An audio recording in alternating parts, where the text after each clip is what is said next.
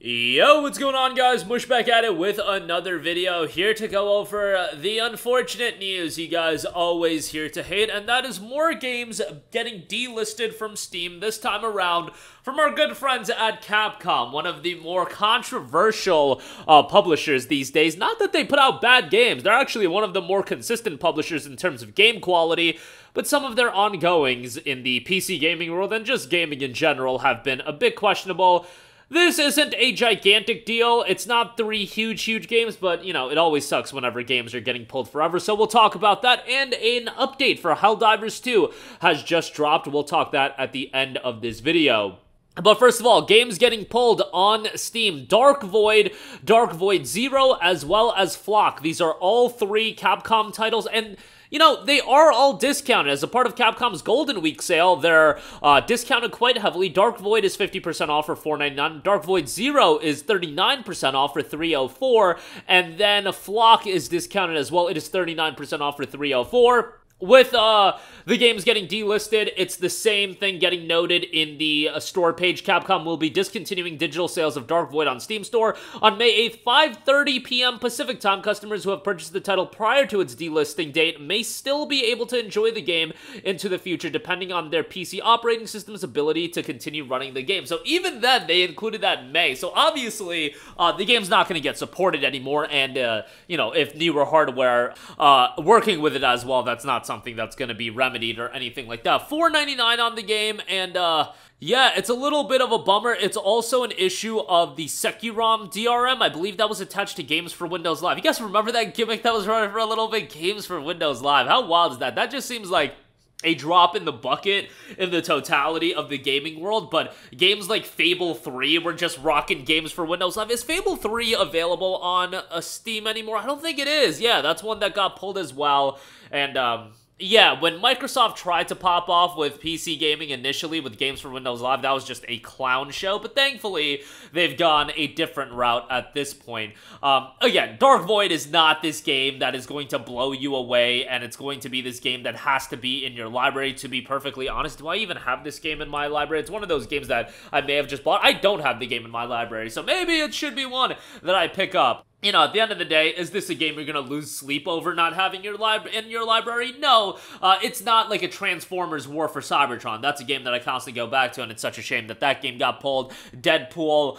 There are games that are certainly quite good that have gotten pulled, and ones that I would be looking out for are titles with licensing agreements like racing games. At some point, a game like Forza Horizon 4 will be pulled forever on Steam. That's a game that you should look at getting into your Steam library at some point. Probably won't be anytime in the near future, probably still a solid 5-6 years away from that happening, or at least, you know, that's what I would think, but yeah, there are certain titles like that. Dark Void, on the other hand, isn't the biggest deal in the world. No. Dark Void Zero, no. And then Flock, no. Not a big deal that those games are getting pulled, but it's still stuff you should be mindful of. And yes, there are instances where GOG or something like that will come in and bring an alpha protocol back, but you can't rely on that regularly happening. I don't think GOG is going to figure out a way to get Transformers War for Cybertron, because there's a lot of moving parts in having these games continue to exist, and you know, obviously there are issues. If Ubisoft would not implement an offline patch for The Crew so that game can be preserved, do not expect these publishers to do anything. They value a game like Dark Void very little. It's not one of those games that's making them a ton of residual revenue. I imagine Crew would be making orders of magnitude more residual revenue than a Dark Void Forever, or a Flock would, and even that game Ubisoft does not care about. Now, Ubisoft also, maybe somewhere in their brain, they're thinking, hey, if we pull this game, it'll incentivize people to buy Crew Motorfest. I would argue that the exact opposite happens, but I don't know if that's what's going through Ubisoft's head. Nevertheless, Dark Void, you do have until May the 8th to pick it up, so if you do have any kind of interest in the game, do pick it up as soon as possible. Go check that out, as it is available still. $4.99, $3.04 on the other two titles as well. Alright, moving on from that, a game that won't be getting delisted anytime in the near future, but it is an online-only game, so keep that in mind. At some point, you know, maybe decades down the line, Helldivers 2 might also get pulled. Still has quite the audience playing the game. Obviously, there are quite a few issues. I've been hearing issues with the anti-cheat as well. 104,000 concurrent players still on Steam, and the game is enjoying its latest patch, Patch Dispatch from High Command. For this patch, we bring you a number of adjustments, fixes, and improvements to aid your democratic endeavors. Overview for this patch, we have made improvements and changes to the following areas: balance changes to weapons, stratagems, and enemies, changes to the spread democracy mission, General armors with armor rating above 100 also reduce damage on headshots. Victory poses will now only play for the extracted. Burning damage reduced by 15%. A lot of changes to primary and support weapons: CB9 exploding crossbow, LAS-99 quasar cannon, BR-14 adjudicator, LAS-98 laser cannon, SG-8P Punisher plasma, ARC-12 blitzer, R-36 eruptor, LAS-16 sickle, LAS-5 scythe, RS-422 railgun, MG-101 heavy machine gun, 63 CS diligence counter sniper, R-63 diligence, P-19 redeemer, P-2 peacemaker, P-8 senator, LAS-7 dagger, AR-19 Liberator, AR-23C Liberator Concussive, JR-5 Dominator, AXAR-23 Guard Dog, and RL-77 Airburst Rocket Launcher. Stratagems also altered. Some enemy changes, let's go over those. Bile Spear and Nursing Spear's move speed slightly reduced. Hulk's force required for them to stagger slightly increased. Hulk Scorcher direct flamethrower damage reduced by 20%. Devastator fire rate slightly increased. Only the standard Devastator gunship sideways movements slightly increased. Scout Strider riders now less vulnerable to explosions. Fog generators health and armor increase.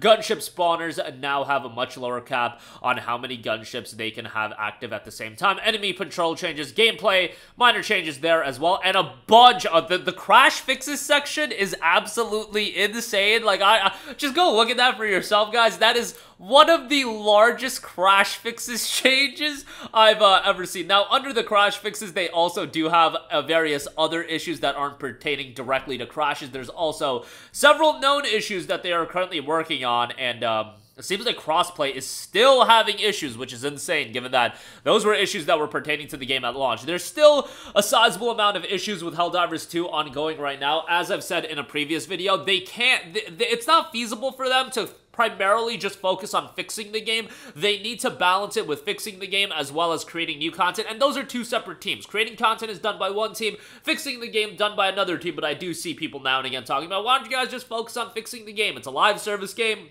And if you just focus on, let's just say they stop creating new content. If you just focused on fixing the game, the issue is the game is still playable. People are going to go through the content, and then the game is actually going to significantly suffer. And again, they have two separate teams working on these things, so that's not a possible feat anyway. But that will be doing it for me. Again, unfortunate news from Capcom, as Dark Void Zero, and Flock will be getting pulled forever. You have until May 8th. This is one of those cases that even though these games are getting pulled forever, is it essential for you to pay the $5 for Dark Void? I don't know. It's $5. It's not a lot, but, honestly, I might not pick up Dark Void at this price. I did play this game on the PS3 when it came out back in the day, but my recollection of it is so foggy that, it is what it is as far as that game getting pulled. Dark Void Zero and Flock getting pulled, and Helldivers 2 gets a brand new patch. That's going to do it for me. Let me know all of your thoughts in the comments section down below. As always, thanks for watching, and I will catch you guys in the next one. Peace out. Hey, what's going on, guys? Mush here again. Hope you enjoyed the video. As you guys might know, YouTube's notification system is sometimes a little bit wonky, even if you're subscribed to the channel. Maybe you're not abundantly aware that I uploaded a video. To remedy that situation, make sure you hit the bell notification button. This way, whenever I upload a new video, and I try to upload as consistently as possible, you will be notified directly of the upload, and you can watch it as soon as it goes live. I would really appreciate if you guys hit that button so you can stay up to date with all of the content I'm posting. But as always, guys, thanks for watching, and I'll catch you guys in the next one. Peace out.